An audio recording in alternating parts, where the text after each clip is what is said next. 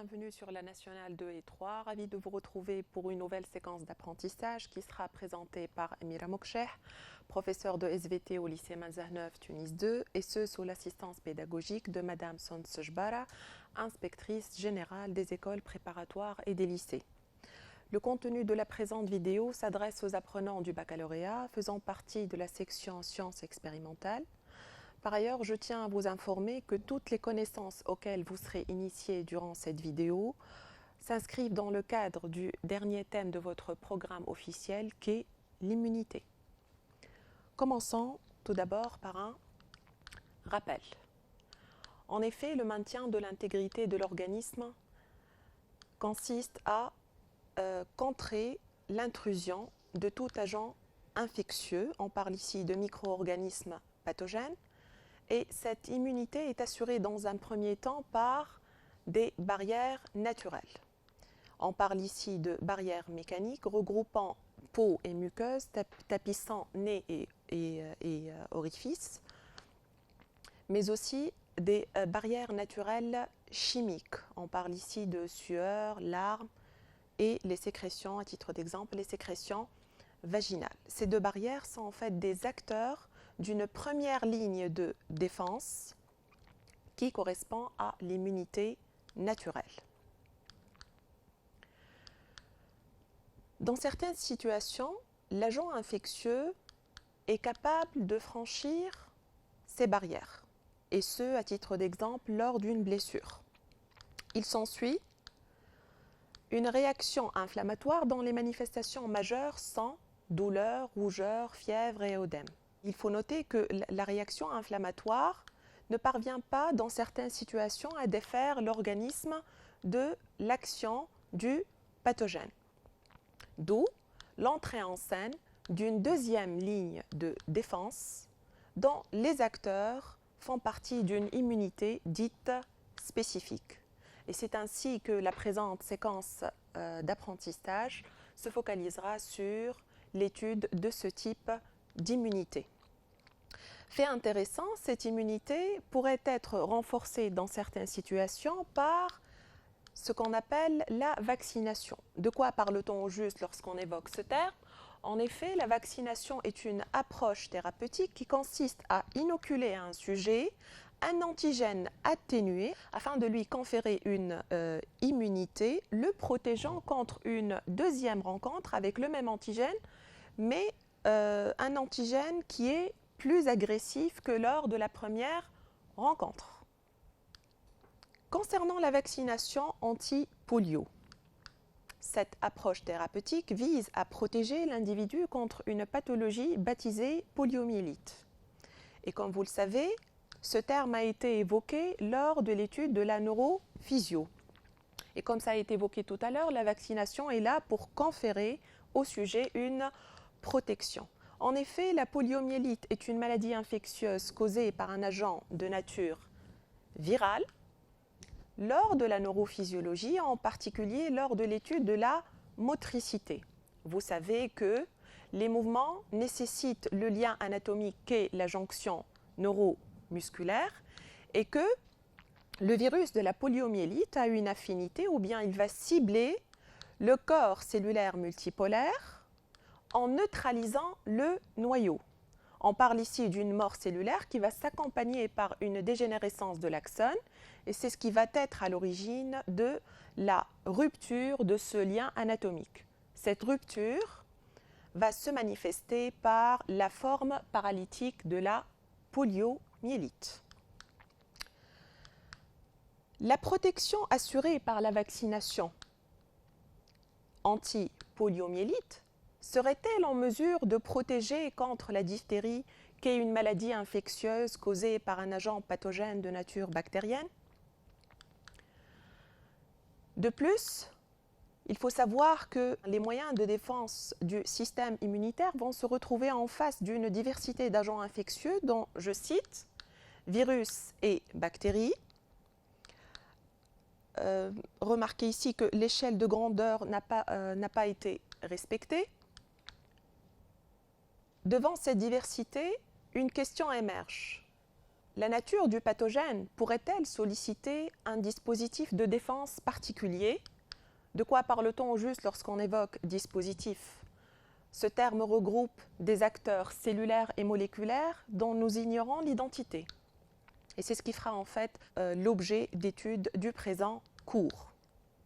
Des acteurs dont nous ignorons les endroits ou les lieux de leur formation et la manière selon laquelle les cellules deviennent en mesure de neutraliser l'agent infectieux. Si l'on s'intéresse à la rougeole et à sa manifestation majeure, nous sommes ici en présence d'une maladie dont le nom soit exogène et de nature virale. Cette maladie a la capacité de se soigner sans l'intervention d'un médecin et même après la guérison, aucune récidive ou bien aucune rechute notable. Comment expliquer l'absence de récidive? En effet, nous sommes ici en présence de ce qu'on appelle une acquisition d'une immunité, qui est une propriété de l'immunité spécifique, une propriété parmi tant d'autres qui feront l'objet d'études au fur et à mesure que l'on avance dans la séquence d'apprentissage. Dans ce qui suit, on va se focaliser sur les acteurs de l'immunité spécifique, en commençant dans un premier temps par une étude des propriétés de la réponse immunitaire spécifique.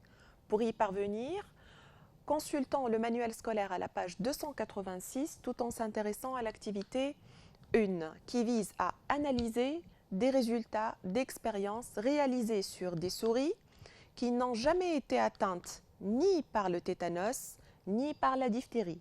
Je vous informe que ces deux pathologies ont pour trait commun une étiologie bactérienne, cependant l'agent infectieux diffère quelque peu. Pour le tétanos, nous avons le bacille tétanique, alors que pour la diphtérie, nous avons le bacille de Koch. Intéressons-nous au document 1. L'expérimentateur avait opéré à partir de la souris A, qui n'a jamais été atteinte par le tétanos. Cette souris a fait l'objet d'une injection à l'aide de la toxine tétanique. Il s'ensuit une mort de l'animal.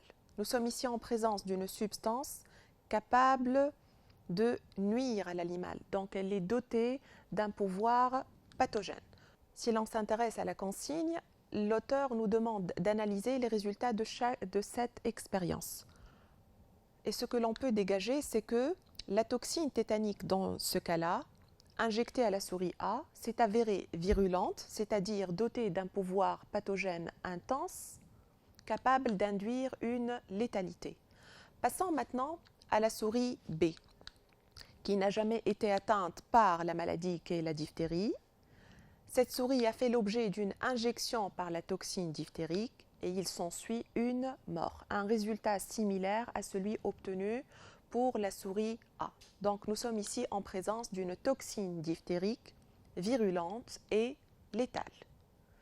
Qu'en est-il de l'expérience réalisée sur la souris C?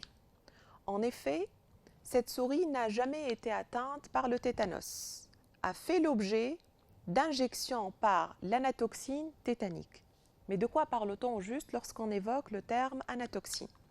En effet, l'anatoxine est une substance bactérienne traitée ayant perdu ses propriétés pathogènes, virulentes, mais tout en ayant conservé ses propriétés immunogènes, c'est-à-dire capable de solliciter le système immunitaire et de déclencher une réponse, sans pour autant induire une létalité.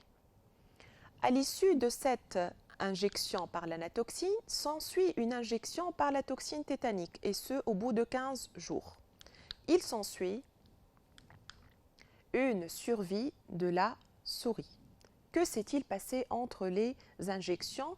Ou bien on peut se poser la question, quel est l'effet de l'injection de l'anatoxine tétanique? En effet, la souris C ayant reçu l'anatoxine tétanique vient d'acquérir une résistance vis-à-vis la virulence de la toxine tétanique. Dans ce cas-là, il est possible de dire que la souris C est immunisée contre la toxine tétanique. De l'expérience menée sur la souris C, il est possible de dégager le propos suivant. En effet, cette expérience montre que le système immunitaire garde en mémoire les caractéristiques des déterminants antigéniques de l'anatoxine, des déterminants antigéniques qui sont inoffensifs et qui sont comparables à ceux de la toxine virulente et létale. Donc la propriété de la réponse immunitaire que l'on peut dégager à partir de cette expérience, c'est la mémoire immunitaire. Passons maintenant à la souris D. Une souris qui n'a jamais été atteinte par le tétanos a fait l'objet d'une injection, comme ça a été le cas tout à l'heure avec l'anatoxine tétanique. Cependant, au lieu de lui injecter de la toxine tétanique, l'expérimentateur avait injecté de la toxine diphtérique à l'origine d'une autre maladie. Il s'ensuit une mort de l'animal. Comment expliquer la différence de résultats comparée à ce qui s'est passé chez la souris C? En effet, dans ce cas-là, l'anatoxine tétanique ne protège pas la souris D contre une injection de toxine diphtérique. Donc vous avez deux substances élaborées par deux agents infectieux différents et la réponse immunitaire qui se trouve mise en évidence est la spécificité. Si l'on s'intéresse maintenant au volet B de l'activité 1, un volet qui vise à mettre en évidence une autre propriété de l'immunité spécifique, partant de la souris C, qui, comme vous le savez, a été immunisée contre la toxine tétanique. L'expérimentateur avait opéré à partir de son sérum, qui a fait l'objet d'une injection chez une souris E, une souris qui n'est pas immunisée contre le tétanos. Le même jour, l'expérimentateur procède à une deuxième injection contenant la toxine tétanique sous sa forme virulente. Fait intéressant, la souris E survit.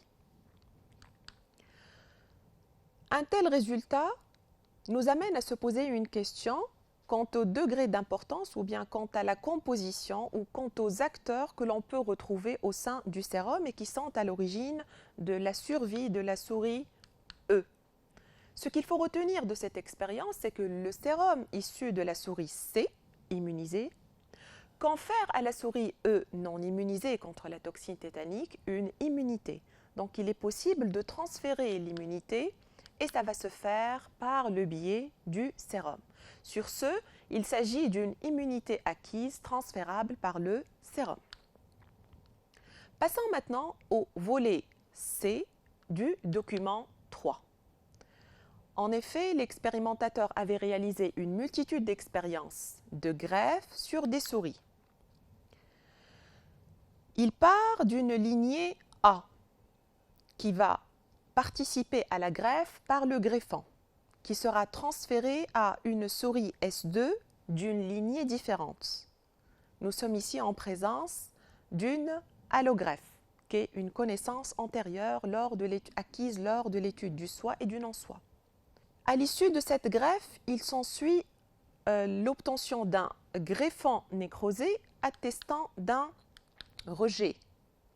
Et c'est ce qui nous amène à se poser la question suivante. Quels sont les acteurs du système immunitaire derrière ce rejet? Pour en avoir le cœur net, l'expérimentateur va prélever le sérum de la souris S2 qui avait rejeté le greffant. Ce sérum sera transféré à une souris S3 de la même lignée que S2. Parallèlement au transfert de sérum, on assiste à un transfert de lymphocytes à une souris S4, toujours de la même lignée que S2. Dans ce cas-là, nous sommes en présence d'un transfert de l'immunité, soit par sérum, soit par lymphocytes, et c'est ce qui justifie l'intitulé du document 3. À l'issue de ce transfert, l'expérimentateur opère comme suit. À partir de la souris S1 de départ qui a participé à la greffe par le greffant, Le greffant va être transféré à la souris S3 qui, je vous rappelle, renferme le sérum de la souris S2. Nous assistons, comme ça a été le cas tout à l'heure, à un rejet qui a eu lieu au bout de 12 jours post-greffe. L'expérimentateur avait adopté la même démarche sur la souris S4 qui, je vous rappelle, renferme en son sein les lymphocytes de la souris S2. Il s'ensuit aussi un rejet. Mais fait intéressant, ce rejet est survenu le 3e jour. Donc nous sommes ici déjà en présence d'une précocité si l'on compare. Donc une précocité du rejet du greffant comparée à une immunité médiée par le sérum. Et en fait, pour répondre à la question posée tout à l'heure, qu'en est-il des acteurs derrière le rejet? La précocité met en lumière que les premiers acteurs à intervenir dans le rejet sont les lymphocytes. Sur ce, le contenu scientifique est le suivant.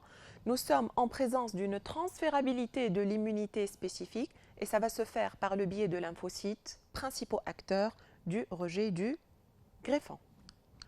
L'auteur nous demande par ailleurs d'opérer à partir des documents que nous venons d'étudier afin d'énumérer ou afin de passer en revue les propriétés de l'immunité spécifique. En effet, l'expérience réalisée chez la souris C nous a permis de mettre en évidence l'existence d'une mémoire immunitaire. Une telle propriété a été exploitée dans le développement d'une approche thérapeutique qu'est la vaccinothérapie. En effet, cette approche consiste à inoculer, à titre d'exemple, l'anatoxine, dont le déterminant est rendu inoffensif, mais tout en étant immunogène. Immunogène, le qualificatif signifie la stimulation ou la capacité à stimuler le système immunitaire afin de produire des acteurs dont nous ignorons l'identité jusqu'à maintenant. Donc, il s'ensuit, suite au premier contact, une réponse immunitaire qui va être développée au bout de 6 jours avec une intensité donnée. Mais qu'en est-il du comportement du système immunitaire lors d'une deuxième rencontre avec le même antigène, mais sous une forme virulente ou plus agressive? En effet, vous remarquez déjà une différence concernant le jour de survenue de la réponse. De plus, vous avez ici une rapidité, une intensité. On parle ici d'une immunisation active. Passons maintenant à la propriété de transférabilité qui peut se faire par le sérum. Et une telle propriété a été exploitée afin de développer une approche thérapeutique qu'est la sérothérapie. De quoi parle-t-on au juste? En fait, cette approche est basée sur le transfert de sérum d'un individu immunisé vers un individu qui ne l'est pas, conférant à ce dernier une protection passive et non durable. Et c'est ce qui nous incite à nous intéresser en fait aux acteurs sériques derrière ce transfert d'immunité. À la transférabilité par le sérum, nous assistons à une transférabilité par les lymphocytes. Je tiens à vous rappeler que les lymphocytes font partie intégrante des globules blancs et comme ça a été évoqué tout à l'heure, ces cellules immunitaires sont les principaux acteurs de la réaction de rejet. Mais il faut noter même qu'au sein des lymphocytes, on retrouve une multitude de lignées et c'est ce qui nous incite à se poser la question en rapport avec la lignée de lymphocytes, la lignée spécifique derrière le rejet. Passons maintenant à l'activité 2, aux pages 287 et 288. En effet, un sujet affecté par le tétanos, n'ayant pas fait l'objet d'une vaccination, se trouve dépourvu de moyens de défense spécifiques anti-tétaniques. Il est à noter que la guérison de cet individu pourrait être assurée par un transfert de sérum. Et c'est ce qui nous incite à se poser la question en rapport avec les acteurs que l'on peut retrouver au sein du sérum et qui sont à l'origine de cette guérison. Fait intéressant, cette sérothérapie ne peut en aucun cas protéger ou bien conférer une immunité à un sujet affecté par la tuberculose. Comment expliquer cette divergence? Pour y parvenir, on va se focaliser, on va s'intéresser plutôt à l'étude d'expérience axée sur le transfert de sérum et de lymphocytes depuis des souris immunisées vers des souris qui ne le sont pas. Et c'est ce qui nous amène vers l'expérience 1 du document 4 de la page 287. L'expérimentateur avait opéré à partir d'un cobaye A immunisé contre la diphtérie. Le même cobaye a fait l'objet d'une injection contenant de la toxine diphtérique. Il s'ensuit une survie de l'animal. À partir du cobaye A immunisé, il va y avoir un transfert de sérum vers le cobaye B, non immunisé contre la diphtérie. Et à ce transfert de sérum s'ajoute une injection de toxine diphtérique. Fait intéressant, nous remarquons ici une survie de l'animal. Mais qu'en est-il du transfert de lymphocytes depuis le A vers le cobaye C? À ce transfert, en fait, s'ajoute, comme ça a été le cas tout à l'heure, une injection de toxine diphtérique. Mais n'oubliez pas que le cobaye C est non immunisé contre la diphtérie. À ce transfert de lymphocytes s'ajoute une injection de toxine diphtérique et il s'ensuit une mort de l'animal. Pour ce qui est de l'expérience 2 de la même page, l'expérimentateur va adopter la même démarche, mais tout en s'intéressant à une autre pathologie, qu'est la tuberculose. En effet, il va opérer à partir d'un cobaye B immunisé contre la tuberculose. Comme ça a été le cas tout à l'heure, le cobaye D fera l'objet d'une injection par le bacille de Koch et il s'ensuit une survie de l'animal. Par la suite, on va assister à un transfert de sérum à un cobaye E non immunisé contre la tuberculose et à cette injection s'additionne celle du bacille de Koch. Il s'ensuit la mort de l'animal. Qu'en est-il de la conséquence du transfert de lymphocytes vivants au cobaye F, qui, je vous informe, est non immunisé? À ce transfert s'ajoute une injection du bacille de Koch et il s'ensuit une survie de l'animal. Que nous demande l'activité? Dans ce qui suit, on va adopter une analyse comparée et pour y parvenir, reproduisez le tableau à visée comparative ci-dessus. En effet, nous nous sommes intéressés à 3 paramètres.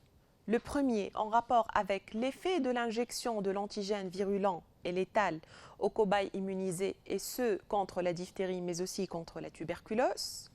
Le deuxième paramètre consiste à évaluer l'effet du transfert de l'immunité spécifique par le sérum à des cobayes non immunisés pour chacune des 2 pathologies, ainsi que l'effet du transfert de l'immunité de lymphocytes à des sujets non immunisés, et ce pour les 2 pathologies. On parle de diphtérie et de tuberculose.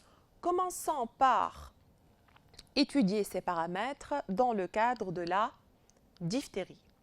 En effet, vous remarquez ici une survie d'un animal, mais n'oubliez pas qu'il est immunisé. Ce que l'on peut dégager, c'est que la survie du cobaye A à la toxine diphtérique, étant donné qu'il soit immunisé,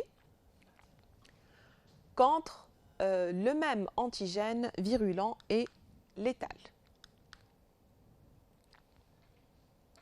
Qu'en est-il du deuxième paramètre? Vous remarquez ici que le transfert de sérum était capable d'assurer la survie de l'animal. C'est que forcément, au sein de ce liquide physiologique, on retrouve les acteurs derrière qui sont à l'origine de cette immunité. En effet, le transfert de sérum du cobaye A au cobaye B non immunisé permet de lui apporter des moyens de défense spécifiques non diphtériques, assurant par conséquent sa survie. Passons maintenant à la conséquence d'un transfert de lymphocytes. Les lymphocytes sont incapables d'assurer une protection et la preuve, vous avez ici une mort de l'animal. Dans le cas de la diphtérie, le transfert de lymphocytes du cobaye A vers le cobaye C ne permet pas de protéger ce dernier et de lui épargner la mort.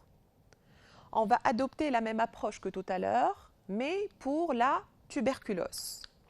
Qu'en est-il de l'effet de l'injection de l'antigène virulent et létal? Vous remarquez ici une survie, sachant que l'animal D est immunisé. Donc le contenu scientifique est le suivant.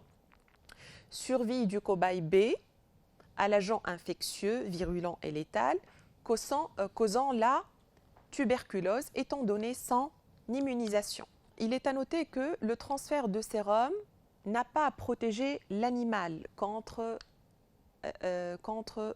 l'antigène virulent. Donc le transfert de sérum du cobaye D au cobaye E, non immunisé, n'assure en aucun cas sa protection. Fait intéressant avec les lymphocytes, avec la transférabilité de l'immunité spécifique par les lymphocytes, nous assistons à une survie de l'animal. Dans ce cas, le transfert de lymphocytes était en mesure de le protéger.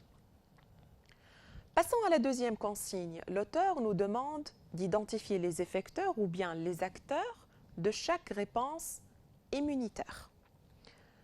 Pour vous aider, je vous propose de vous intéresser aux situations où l'on a un transfert soit par sérum, soit par lymphocyte, un transfert qui s'est accompagné par une survie de l'animal. Donc, dans le cas de la diphtérie, vous avez ici une survie de l'animal dans un contexte où l'on a une transférabilité par le sérum. Dans ce cas, les effecteurs de l'immunité spécifique antidiphtérique sont bel et bien des facteurs sériques. Pour ce qui est de l'expérience 2, vous remarquez une survie dans un contexte où l'on a une transférabilité par les lymphocytes. Ces derniers sont à l'origine de l'immunité anti-bacille de Koch.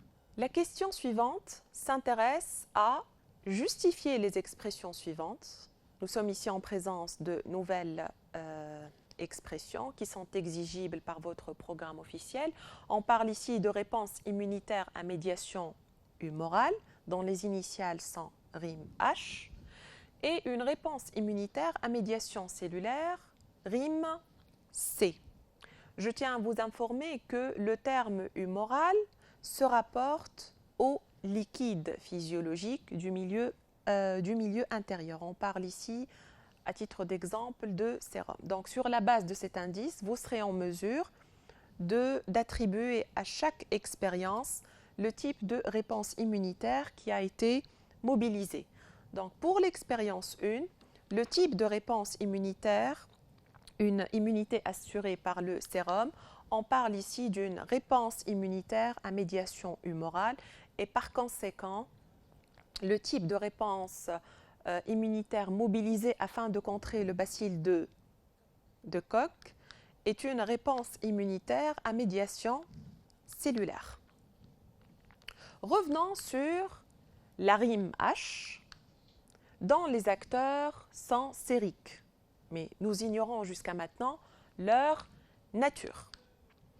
Pour répondre à cette question, je vous propose de consulter le document 5 de la page 289 en rapport avec les déterminations des caractéristiques de l'effecteur de rime H.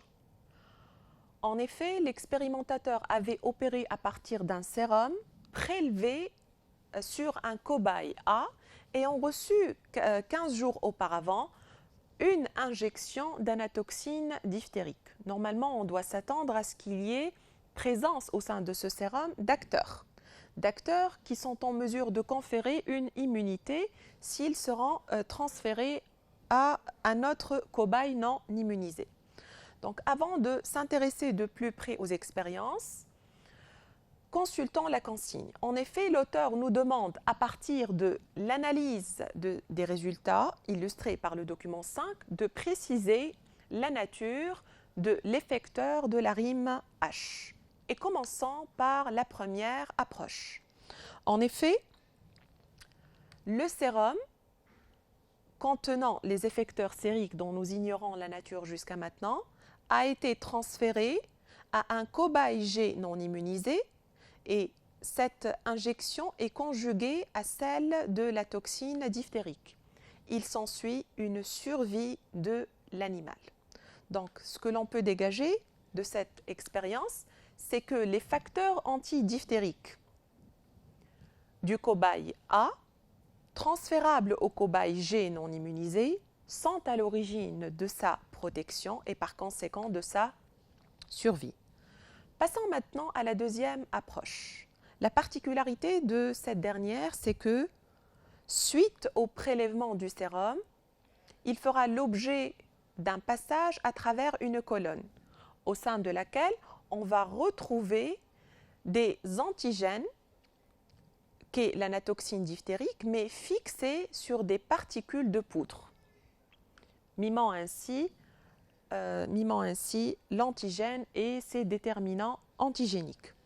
À l'issue du passage à travers la colonne, l'expérimentateur avait obtenu un filtrat et en fait c'est ce dernier qui va être injecté à un cobaye H non immunisé. Parallèlement à cette injection, on assiste à l'inoculation par l'anatoxine diphtérique et il s'ensuit une mort de l'animal. Une mort qui est due à un événement qui a eu lieu au sein de la colonne. Que s'est-il passé? En effet, la présence de l'antigène immunogène, qu'est l'anatoxine diphtérique, les effecteurs de la rime H contenus dans le sérum ne se retrouvent pas dans le filtrat transféré au cobaye H non immunisé et inoculé par la toxine diphtérique. Il s'ensuit la mort de l'animal. Et ce que l'on peut dégager, c'est que les effecteurs de la rime H sont capables de reconnaître et d'agglutiner spécifiquement des déterminants antigéniques de l'anatoxine tétanique qui se retrouvaient, qui étaient en mesure d'enrober les particules de poudre situées au niveau de la colonne. Pour ce qui est de la troisième approche, et comme ça a été évoqué tout à l'heure, le sérum du sujet immunisé sera acheminé au sein d'une colonne, mais dans ce cas-là, la colonne se trouve dépourvue d'antigènes. Il y a des particules de poudre sans anatoxine diphtérique. Et le filtrat obtenu fera l'objet d'un transfert au cobaye I, non immunisé, et à cette injection s'ajoute celle de la toxine diphtérique. Fait intéressant, nous remarquons ici une survie de l'animal. Et ce, du fait de l'absence de l'anatoxine au niveau de la colonne. Les effecteurs de la rime H se retrouvent dans le filtrat qui va être inoculé au cobaye I, traité par l'anatoxine diphtérique, conférant à ce dernier une immunité. Donc ce que l'on peut dégager, c'est que les effecteurs de la rime H nécessitent pour leur fonctionnement la présence d'antigènes. À l'issue de l'analyse de ces résultats, l'auteur nous demande de préciser la nature des effecteurs de la rime H, qui sont des effecteurs sériques ou bien des acteurs sériques. Donc, revenons sur l'anatoxine diphtérique, dotée de déterminants antigéniques immunogènes sans pour autant être pathogènes. Donc on parle ici d'un premier contact avec l'antigène. Ce dernier est reconnu par le système immunitaire qui va produire des effecteurs de la rime H, dont la structure est similaire aux agglutinines étudiées lors du SOI et du non-SOI, comme les agglutinines ou bien les anti-D lors de l'étude du système Rhesus. Une fois le premier contact achevé, Lors d'un deuxième contact avec le même antigène, mais sous une forme virulente, dotée de déterminants antigéniques létals, venant s'ajouter aux déterminants antigéniques immunogènes et non pathogènes, il se produit une reconnaissance de cet antigène par les effecteurs de l'ARIM H qui ne sont autres en fait que des anticorps. Donc ce qu'il faut retenir jusqu'à maintenant, c'est que les effecteurs à l'origine de l'ARIM H de nature sérique ne sont autres que des anticorps. Une fois les acteurs de l'ARIM H identifiés, passons maintenant à l'étude des acteurs cellulaires de l'ARIM C.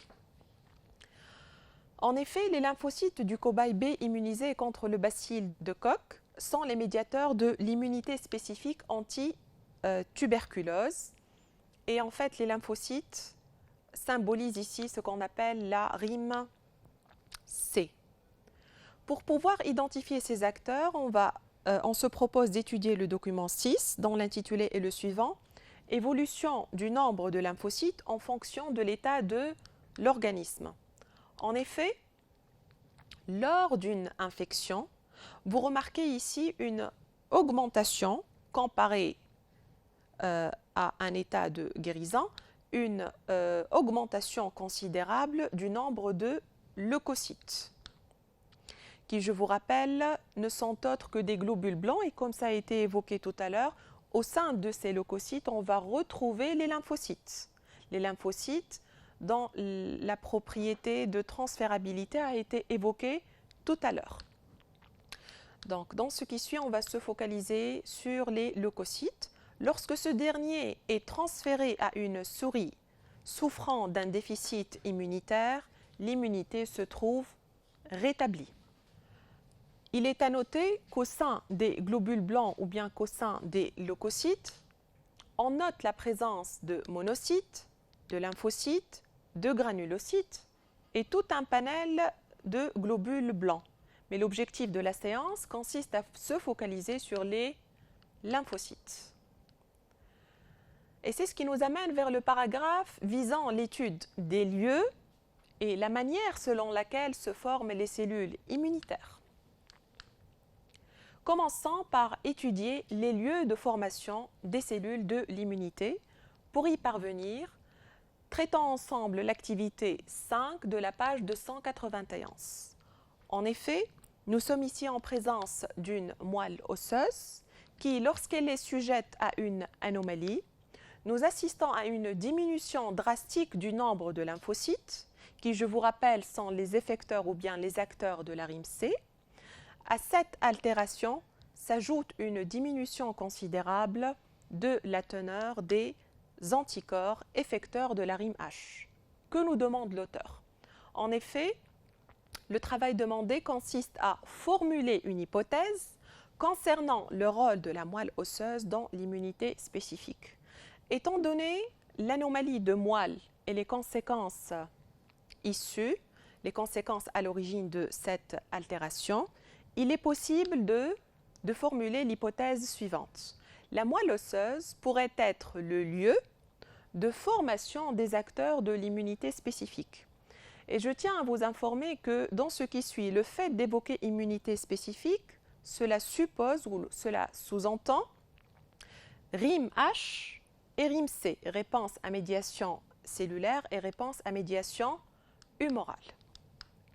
Afin de vérifier le degré de validité de l'hypothèse émise, on se propose d'exploiter 3 expériences figurant au document 9 de la page 291 et dont l'intitulé est le suivant: mise en évidence du rôle de la moelle osseuse.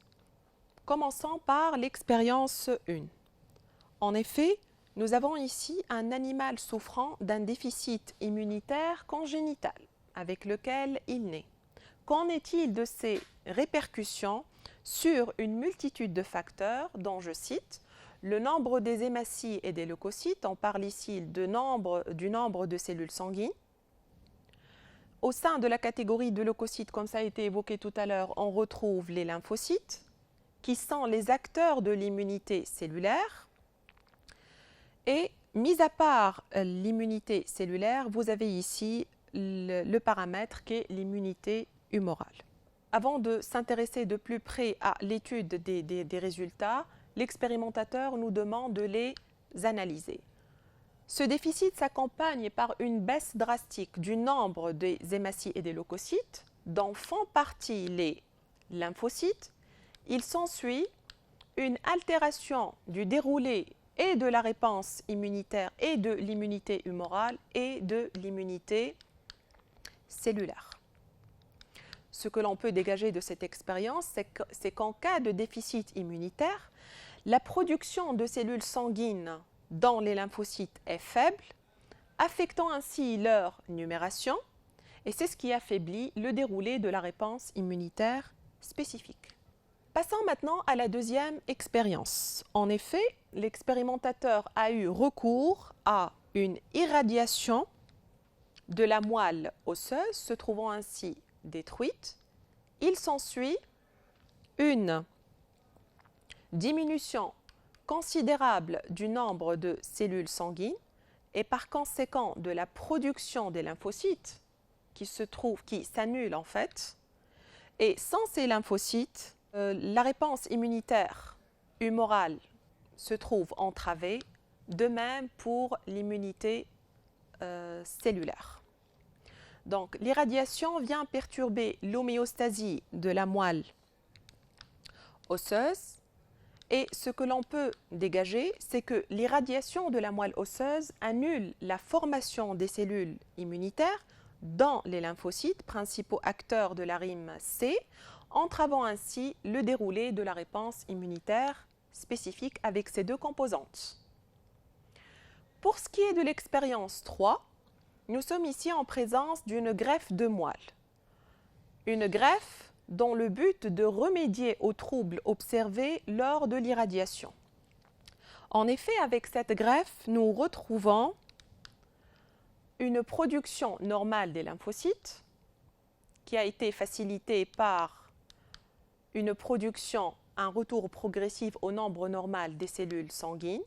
Il s'ensuit un rétablissement de la rime H, mais aussi de la rime C. Et en fait, cette expérience met en évidence le degré d'importance de la moelle dans la production et dans le déroulé de la réponse immunitaire. En effet, cette greffe vient de rétablir l'homéostasie affectée lors de l'irradiation. Et ce que l'on peut dégager, c'est que la greffe de moelle osseuse à des animaux dont la moelle a fait l'objet d'une irradiation corrige toutes les anomalies causées par l'irradiation. À l'issue de l'analyse des trois expériences, l'expérimentateur nous demande de tirer des conclusions. Nous sommes partis, je vous rappelle que nous sommes partis d'un déficit immunitaire, d'une irradiation suivie d'une greffe. Et tout est axé sur le degré d'importance de la moelle dans le déroulé de la réponse immunitaire spécifique. La déduction est la suivante. Les expériences d'irradiation et de greffe de moelle osseuse à des spécimens dont la moelle osseuse a fait l'objet d'une irradiation montrent que les cellules impliquées dans l'immunité spécifique prennent naissance au niveau de la moelle osseuse. Cette déduction vient de confirmer l'hypothèse émise précédemment. Une fois la moelle osseuse impliquée dans la formation des cellules immunitaires, on se propose d'étudier de plus près la manière selon laquelle se forment ces cellules. En effet, tout commence au niveau de la cellule souche hématopoïétique. De quoi parle-t-on juste ? En effet, ces cellules sont dotées d'une capacité de multiplication et d'une capacité de différenciation. De telles capacités ont permis de leur attribuer le qualificatif de totipotentes. Ces cellules sont capables de générer une multitude de cellules sanguines, parmi lesquelles les globules blancs. Et au sein de cette catégorie, je vous rappelle qu'il existe les lymphocytes. Une fois formés au sein de la moelle osseuse rouge, ces lymphocytes s'engagent dans un processus de maturation. Un processus dont nous ignorons les lieux, le ou les lieux, ainsi que la manière selon laquelle il va y avoir acquisition de cette maturation. Raison pour laquelle on va s'attaquer au volet relatif aux maturations des cellules de l'immunité spécifique, tout en s'intéressant à l'activité 6 de la page 292. L'auteur nous présente ici l'emplacement anatomique d'un organe qui nous est méconnu. Il s'agit ici du thymus. À ce doc s'ajoute le document 11. Nous sommes ici en présence d'une souris nude qui a la particularité d'être dépourvue de thymus. Qu'en est-il des répercussions de l'absence de cet organe? En effet, les souris nudes se caractérisent par une vulnérabilité vis-à-vis des infections, à laquelle s'ajoute une tolérance des greffes, même des greffes de type xéno. Vous avez ici le greffon issu d'une peau de rat qui a pu se développer, donc aucun rejet notable. Que nous demande l'auteur? En tenant compte de ces constatations et sachant que le rejet de greffe, comme ça a été évoqué tout à l'heure, le rejet de greffe mobilise des acteurs cellulaires, sur ce, on parle d'une RIMC. En combinant toutes ces données, on se propose de formuler une hypothèse concernant le rôle du thymus dans le déroulé de l'immunité spécifique. L'hypothèse à formuler est la suivante. Le thymus pourrait être le siège anatomique de la maturation des effecteurs de la RIM-C. Afin de vérifier la validité de l'hypothèse émise, on se propose d'étudier le document 13 dont l'intitulé est le suivant, document 13 de la page 292, s'intéressant au lieu de maturation des lymphocytes. Mais avant de s'intéresser aux expériences, l'auteur nous demande d'analyser les expériences afin de déduire et le rôle de la moelle et le rôle du thymus. Commençons par la première expérience. En effet, l'expérimentateur avait opéré à partir d'une souris qui a fait l'objet d'une irradiation de sa moelle osseuse. Donc, pour ce qui est de cette partie de l'expérience, on n'a plus de moelle. Cette même souris a fait l'objet d'une thymectomie, supprimant ainsi le deuxième organe, qui est le thymus. Mais pour remédier à l'irradiation de la moelle, l'expérimentateur avait réalisé une greffe. Donc, cette expérience va souligner le rôle du thymus dans le déroulé de la réponse immunitaire spécifique et dans la production de lymphocytes. En effet, vous avez, en l'absence de thymus, une production normale de lymphocytes, écartant cet organe de la production de lymphocytes. Étant donné que nous sommes en présence d'une production normale, l'immunité cellulaire se trouve absente. Une absence qui pourrait être due à l'absence du thymus, un propos qui reste à vérifier. Fait intéressant, vous avez ici un déroulé ou bien un déroulement de l'immunité humorale, mais selon une faible intensité. Ce que l'on peut dégager de cette expérience, c'est que la moelle osseuse est le siège de la formation de lymphocytes, ainsi que des effecteurs de la RIM-H. Par ailleurs, le thymus n'est pas impliqué dans la formation, mais il est considéré comme étant un organe nécessaire au déroulé de la RIM-C. Passons maintenant à la deuxième expérience, tout en adoptant la même démarche que tout à l'heure avec quelques différences. Irradiation de la moelle, thymectomie. Mais l'expérimentateur ici va remédier à la thymectomie en procédant à une greffe de thymus. Donc, le raisonnement va se faire par rapport à une absence de moelle et ses conséquences sur l'état de l'immunité en s'intéressant aux paramètres évoqués tout à l'heure. Vous remarquez ici que sans la moelle, pas de production de lymphocytes. Venant renforcer le propos de tout à l'heure, c'est que la moelle osseuse est le siège de formation de lymphocytes. Sans ces lymphocytes, pas de RIM-H, pas de RIM-C. Et ce que l'on peut dégager de cette expérience, c'est que la moelle osseuse est le siège exclusif de la formation des lymphocytes. Pour ce qui est de la troisième expérience, l'expérimentateur va essayer de remédier en même temps aux troubles associés à une irradiation de la moelle et à une thymectomie, procédant à une greffe de moelle et une greffe de thymus. Vous remarquez ici que l'état de l'immunité s'améliore et on va retrouver une homéostasie concernant la production de lymphocytes, du déroulé de l'immunité humorale et de l'immunité cellulaire. C'est ce qui souligne le degré d'importance des deux organes dans le déroulé de la réponse immunitaire spécifique. Sur ce, le contenu scientifique est le suivant.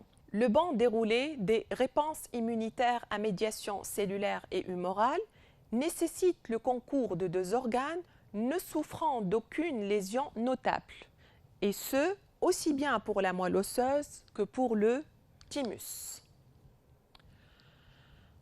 En quoi consiste la maturation? En effet, tout commence par une cellule souche de la lignée lymphoïde, autrement dit à l'origine des lymphocytes, située au niveau de la moelle osseuse. En effet, cette cellule va donner dans un premier temps des lymphocytes pré-B et des lymphocytes pré-T. Et je tiens à signaler que la nomination en fait des lymphocytes est liée au lieu de leur maturation, c'est-à-dire au niveau des organes où l'on va assister à une acquisition de l'immunocompétence. De quoi parle-t-on juste lorsqu'on évoque immunocompétence?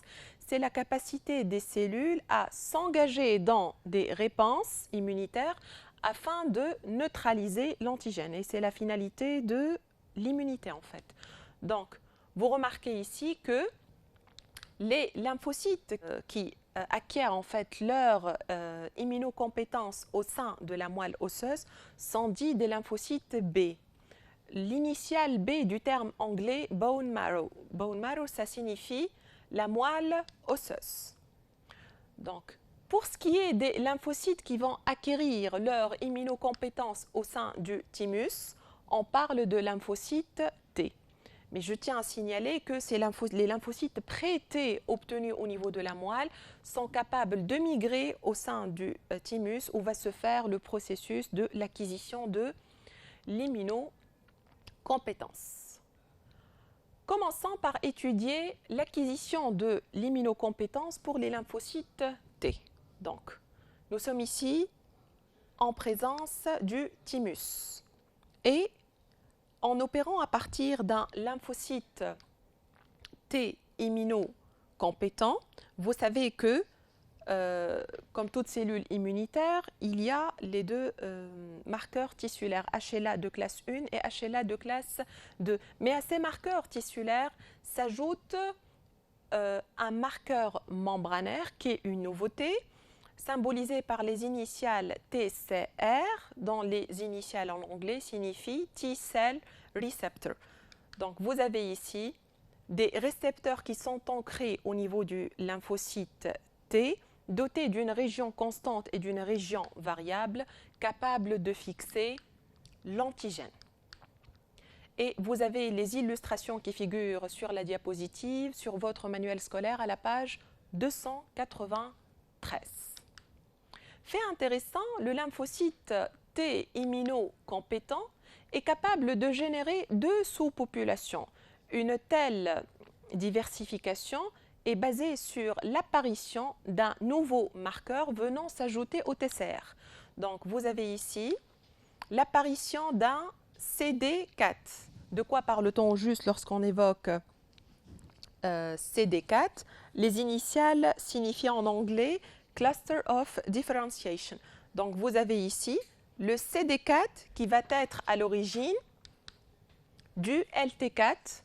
Par ailleurs, vous avez un deuxième bouquet de différenciation ou bien un CD, dit CD8, à l'origine d'une deuxième sous-population lymphocytaire qui est le LT8. Et en fait, ces clusters sont dits, comme ça a été évoqué tout à l'heure, des bouquets de différenciation à l'origine de sous-populations de lymphocytes T. Qu'en est-il du devenir des sous-populations de lymphocytes T? En effet, le macrophage est capable, en tant que cellule phagocytaire, est capable d'activer un lymphocyte, un LT4, un lymphocyte T4, qui se différencie en LT helper. Ce dernier est capable d'activer un LT8 qui va se différencier en lymphocyte T cytotoxique doté de vésicules dont le contenu et le rôle de leur contenu sera étudié lors d'une ultérieure séquence d'apprentissage. Intéressons-nous maintenant au rôle du TCR. Comme vous le savez, toute cellule immunitaire est dotée de deux marqueurs tissulaires, HLA-1 et HLA-2. Et la particularité des LT, c'est la présence en fait du TCR. Ce TCR est capable de reconnaître le déterminant antigénique exposé à la surface d'une cellule cible du nom soit modifié ou bien exogène. Et en fait, il s'ensuit plusieurs étapes qui vont expliquer plutôt le rôle du TCR. En effet, ce récepteur spécifique des LT établit dans un premier temps un contact avec la molécule HLA-1.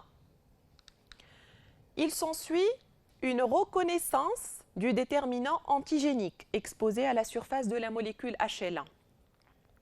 Et en fait, cette reconnaissance est facilitée par l'exposition du déterminant antigénique par la molécule HLA. Mais ce qu'il faut retenir des deux étapes 1 et 2, nous sommes en présence de ce qu'on appelle une double reconnaissance, ce qui symbolise le rôle du TCR. Passons maintenant à l'explication de la maturation des lymphocytes B. Comme ça a été évoqué tout à l'heure, ces lymphocytes prennent naissance au niveau de la moelle osseuse. Mais intéressons-nous à l'acquisition ou bien à la manière selon laquelle va s'acquérir l'immunocompétence. En effet, vous avez ici un lymphocyte B immunocompétent doté de molécules HLA-1 et HLA-2, mais à ces marqueurs tissulaires s'ajoute un récepteur qui est une nouveauté. On parle ici du BCR. Les initiales signifient en anglais B-cell receptor. Et en fait, ce récepteur est capable de reconnaître l'agent infectieux. Donc, en présence d'antigènes, c'est la partie terminale du BCR qui va le fixer et ce d'une manière spécifique. Donc, le BCR ressemble en termes de structure et de composition aux anticorps évoqués précédemment. On parle ici d'anticorps circulants qui ont la même capacité que le BCR, celle de reconnaître et de fixer les antigènes. Et l'illustration figure à la page 295. Donc, la diversité que connaît les déterminants antigéniques ou épitopes exprimés à la surface des antigènes, une telle diversité est reconnue par le système immunitaire qui répond par la production de toute une multitude d'anticorps dont la région variable diffère quelque peu, mais pour chaque déterminant antigénique, on a un anticorps dont la région variable est capable de s'emboîter parfaitement avec le déterminant antigénique, et ce, comme le montre l'illustration suivante. Donc, la propriété de la réponse immunitaire venant s'ajouter aux propriétés identifiées tout à l'heure est celle de la diversité vis-à-vis des déterminants antigéniques. Donc, ce que l'on peut dégager de cette diapositive, c'est que la capacité du système immunitaire à reconnaître et réagir à tous les déterminants antigéniques possibles, tout en produisant pour chacun un anticorps qui lui est spécifique. Mais si l'on zoome sur le BCR ou bien sur l'anticorps, on s'aperçoit qu'il existe des éléments qui nous sont méconnus. C'est ce qui nous incite à étudier sa structure caractéristique. Et la réponse à cette question, en fait, figure à la page 296 au niveau du document 23. Vous avez ici un code de couleur, et ce code de couleur, en fait, est en rapport avec des chaînes protidiques qui sont identiques 2 à 2. La seule différence notable entre ces chaînes, c'est leur poids moléculaire ou bien leur masse moléculaire. Et en fait, vous avez ici 2 chaînes légères, symbolisées par la lettre L, en anglais on parle de light, et 2 chaînes lourdes, symbolisées par la lettre H, on parle ici de l'adjectif heavy. Donc, initié aux chaînes composant l'anticorps, on va accéder à un niveau plus détaillé, à une échelle plus détaillée. Sur ce, on va étudier le document 24 de la page 296, dont l'intitulé est le suivant, « Schéma détaillant la structure de l'anticorps ». L'auteur nous demande d'annoter plutôt les éléments numérotés de 1 à 8. N'oubliez pas que les 2 chaînes lourdes sont reliées entre elles par des ponts sulfures. De même, les chaînes légères sont reliées aux chaînes lourdes par des ponts dits sulfures. Et commençons par annoter le document. N'oubliez pas déjà que la partie variable est spécialisée dans la reconnaissance de l'antigène et que la partie où l'on a l'élément 8 est destinée à se fixer sur la cellule effectrice. Donc vous avez ici 2 indices censés vous aider à annoter le document. Donc le 1, c'est le site anticorps ou bien le site de fixation spécifique d'un antigène. Pour ce qui est de l'élément 2, on parle d'une partie variable symbolisée par la couleur foncée. À cette partie variable s'ajoute une partie légère. 2 et 3 sont les éléments constitutifs d'une chaîne légère. Le même principe s'applique à la chaîne lourde. En effet, vous avez ici la partie variable de la chaîne lourde, la partie constante, qui se termine par le site de fixation au niveau de la cellule effectrice. Revenons à la légende. 5 parties variables de la chaîne lourde, 6 parties constantes de la chaîne lourde, 7 c'est la chaîne lourde et 8 c'est le site de fixation de l'anticorps sur une cellule ou bien un site effecteur. Nous sommes en présence d'une structure différenciée de l'anticorps. Est-elle en adéquation avec la réalisation de ces fonctions? Et c'est ce qui nous amène à étudier les fonctions des anticorps. Pour y parvenir, consultons le document 22 de la page 296. En effet, tout commence par l'inoculation de l'anatoxine tétanique à un lapin.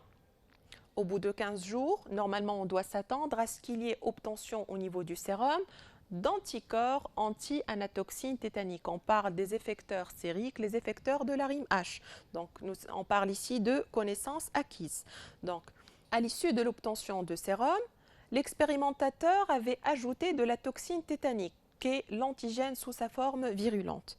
Il s'ensuit l'obtention d'un précipité dont la signification sera expliquée tout à l'heure, mais intéressons-nous maintenant au résultat en fait qui va accompagner l'inoculation de ce sérum contenant de la toxine tétanique au lapin L2 qui n'est pas immunisé contre le tétanos. Vous remarquez ici qu'aucun signe notable de la maladie. Mais comment expliquer ce résultat? Et en fait, c'est le travail demandé. Donc, l'auteur nous demande d'expliquer la raison pour laquelle la maladie ne s'est pas manifestée chez le lapin L2. En effet, le sérum inoculé contient des anticorps. Dans la région variable, ce qui constitue la nouveauté, une région variable de l'anticorps qui avait reconnu d'une manière spécifique les déterminants antigéniques de la toxine. Cette dernière a fait l'objet d'une neutralisation qui va expliquer dans ce qui suit l'obtention du précipité au fond du tube A et C, expliquant l'absence de la survenue de la maladie chez le lapin L2. Revenons maintenant à l'explication du précipité. En effet, au fond de tube, on va retrouver l'aspect suivant. Des anticorps dont la région variable est spécifique à la natoxine et vous avez l'ajout de l'antigène qu'est la toxine virulente. En effet, la région variable de ces anticorps était en mesure de reconnaître et de neutraliser la toxine tétanique étant donné une immunisation au préalable du lapin L1. Un tel aspect est caractéristique de ce qu'on appelle un complexe immun dont le rôle dans le déroulé de la réponse spécifique sera étudié lors de la prochaine séance. Passons maintenant à l'étude du document 25 de la page 297 en rapport avec les organes lymphoïdes. Nous nous sommes initiés déjà à deux organes qui sont moelle osseuse et thymus.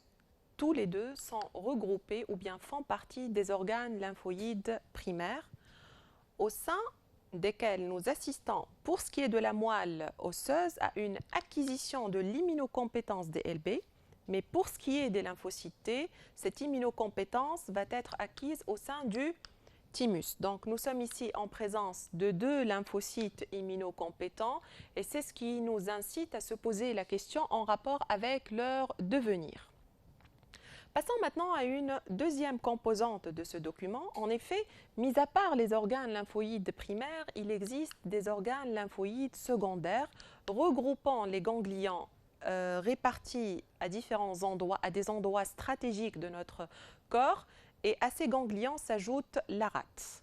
Donc cette nouvelle donnée nous incite aussi à poser une question qui est la suivante. Les organes lymphoïdes secondaires que nous venons de citer participent-ils au devenir des lymphocytes immunocompétents? Pour apporter des éléments de réponse à cette question, on restera sur le document 25 en s'intéressant au paragraphe A, ayant pour intitulé « Évolution du nombre des lymphocytes en vue de déterminer le parcours des lymphocytes B ». Et cette évolution de la numération des lymphocytes va se faire au sein de l'organe lymphoïde secondaire qui est la rate. Donc vous avez ici l'expérience. En effet, l'expérimentateur avait injecté des globules rouges de mouton à une souris et il va s'intéresser aux modifications qui vont avoir lieu au sein de la rate. Il remarque déjà dans un premier temps la présence de lymphocytes B, qui, comme vous le savez, ces lymphocytes se retrouvent initialement au niveau de la moelle osseuse. Donc, il a procédé à une première injection, suivie d'une deuxième, et vous remarquez déjà une différence quant à la numération des lymphocytes B, une numération qui va être expliquée tout à l'heure. Mais ce qu'il faut dégager déjà dans un premier temps, c'est que la présence de lymphocytes B dans la rate prouve qu'ils ont fait l'objet d'une migration depuis la moelle vers les organes lymphoïdes. On parle ici de la rate. La première injection s'est accompagnée par une stimulation des lymphocytes. En fait, cet antigène avait mobilisé les lymphocytes B qui se sont mis à se multiplier au fur et à mesure que l'on avance dans la réponse immunitaire, et ce, lors du premier contact. Mais qu'en est-il de l'intensité de cette réponse immunitaire lors d'une deuxième injection avec le même antigène? Vous remarquez ici qu'il y a eu ce qu'on appelle une amplification de la réponse immunitaire, une amplification par rapport au nombre de lymphocytes mobilisés lors de la réponse. Récapitulons, vous avez ici un lymphocyte B immunocompétent au sein de la moelle osseuse qui était en mesure de migrer vers un organe lymphoïde secondaire qui est la rate, au sein de laquelle il a fait l'objet d'un stockage. Et en fait, ce lymphocyte B au sein de cet organe va accomplir une multitude de tâches, dont nous citons une surveillance permanente, une capacité à intercepter et à repérer les antigènes. Et ce lymphocyte B était en mesure de générer, lors d'un deuxième contact avec le même antigène, une réponse immunitaire amplifiée. Si l'on passe maintenant au paragraphe B de la même page, mais au lieu de s'intéresser à la rate, on va s'intéresser à un autre organe lymphoïde secondaire qu'est les ganglions. L'expérimentateur s'est intéressé dans ce contexte à l'évolution de la taille des ganglions lymphatiques lors d'une réaction immunitaire en réponse à un greffon histo-incompatible qui a été placé au niveau du cou. Et c'est ce qui va solliciter en fait les ganglions cervicaux. Donc on va s'intéresser ici à l'évolution de l'aspect des ganglions cervicaux du 3e vers le 7e jour. En effet, la présence, déjà, ce qu'il faut dire, c'est que vous avez au niveau des lobes des ganglions, vous avez la présence de cellules immunitaires. Or, vous savez que ces cellules sont formées au niveau de la moelle, dont certains vont acquérir leur immunocompétence au sein du thymus. Comment expliquer leur présence au sein du ganglion? Forcément, ces cellules ont fait l'objet d'une migration. Donc, les cellules immunitaires dans les ganglions prouvent qu'elles ont migré depuis la moelle, mais aussi depuis le thymus. Vous remarquez ici que les cellules immunitaires occupant les lobes du ganglion sont positionnées à proximité de la circulation lymphatique, qui sera d'un grand apport dans la surveillance et dans le maintien de l'intégrité de l'organisme. En effet, les cellules immunitaires stockées dans les ganglions lymphatiques sont disposées à des endroits stratégiques en se positionnant à proximité des vaisseaux lymphatiques. À l'évolution de la taille des ganglions, l'expérimentateur s'est intéressé à l'énumération des cellules drainées dans les ganglions lymphatiques, autrement dit les cellules qui vont être acheminées par les vaisseaux lymphatiques afférents. Et il s'est intéressé à deux populations de cellules immunitaires, les lymphocytes et les macrophages. Ce qu'il faut retenir de ce doc, c'est qu'au fur et à mesure que l'on avance dans la réponse immunitaire, on assiste à une augmentation et du nombre de lymphocytes et du nombre des macrophages. Une telle augmentation de la numération va impacter la taille des ganglions qui vont connaître au bout d'un certain moment de la réaction immunitaire une hypertrophie. On parle de ganglions enflés. Donc, au sein des lobes des ganglions lymphatiques, la réaction immunitaire spécifique dans un contexte de rejet se trouve amplifiée. L'expérimentateur s'est intéressé par ailleurs à l'évolution du nombre de lymphocytes, tantôt au niveau des organes lymphoïdes primaires, tantôt au niveau des organes lymphoïdes secondaires. Et vous avez ici un code de couleur. Les histogrammes en jaune sont relatifs au nombre de cellules au sein de la moelle osseuse. Pour ce qui est des histogrammes bleus, ils sont en rapport avec le nombre de cellules au sein des organes lymphoïdes secondaires. Dans un premier temps, déjà, vous remarquez, si l'on s'intéresse uniquement aux histogrammes jaunes, vous remarquez une augmentation considérable des cellules immunitaires et en particulier les lymphocytes. Cette augmentation prouve que le greffon histocompatible sollicite dans un premier temps la moelle osseuse qui se met à produire d'innombrables lymphocytes. Fait intéressant, cette production atteint au bout d'un certain moment un pic à l'issue duquel la formation finit par ralentir. Entre-temps, nous assistons à une apparition des cellules immunitaires au sein des organes lymphoïdes secondaires. Une apparition qui va se faire après un décalage dans le temps, prouvant que les lymphocytes formés au niveau de la moelle osseuse, dont certains avaient acquis l'immunocompétence, étaient en mesure de quitter cet organe lymphoïde primaire en direction des organes secondaires. On parle d'une migration qui va s'accompagner dans ce qui suit par un stockage venant renforcer le déroulé de la réponse immunitaire spécifique, que nous demande l'auteur à la page 298. En effet, le travail demandé consiste à établir une relation entre les documents que nous venons d'étudier. Et en effet, pour pouvoir appréhender le document, référez-vous à la signification des figurés. Mais n'oubliez pas qu'on part, pour ce qui est de l'explication de ce doc, de lymphocytes immunocompétents. Donc, on va s'intéresser aux flèches suivantes. Donc, vous avez ici la flèche qui prend naissance de la moelle et qui se dirige vers la rate. En fait, les flèches qui émergent des organes lymphoïdes primaires en direction des organes lymphoïdes secondaires. On part de lymphocytes immunocompétents au sein des organes lymphoïdes et on ne va pas reprendre l'explication. Ces lymphocytes sont capables de migrer en direction des organes lymphoïdes secondaires au sein duquel ils feront l'objet d'un stockage. À l'issue de toutes les connaissances acquises durant cette séquence, nous arrivons en fait à l'objectif de la séance, qui est l'étude en fait des acteurs de l'immunité spécifique. Sur ce, je vous invite à consulter le manuel scolaire à la page 298 tout en s'intéressant au document 30. S'intéressant à la formation, maturation, migration et stockage des lymphocytes. En fait, la consigne a été modifiée et le travail demandé consiste en fait à utiliser le code de couleur afin de colorier les flèches du document 30.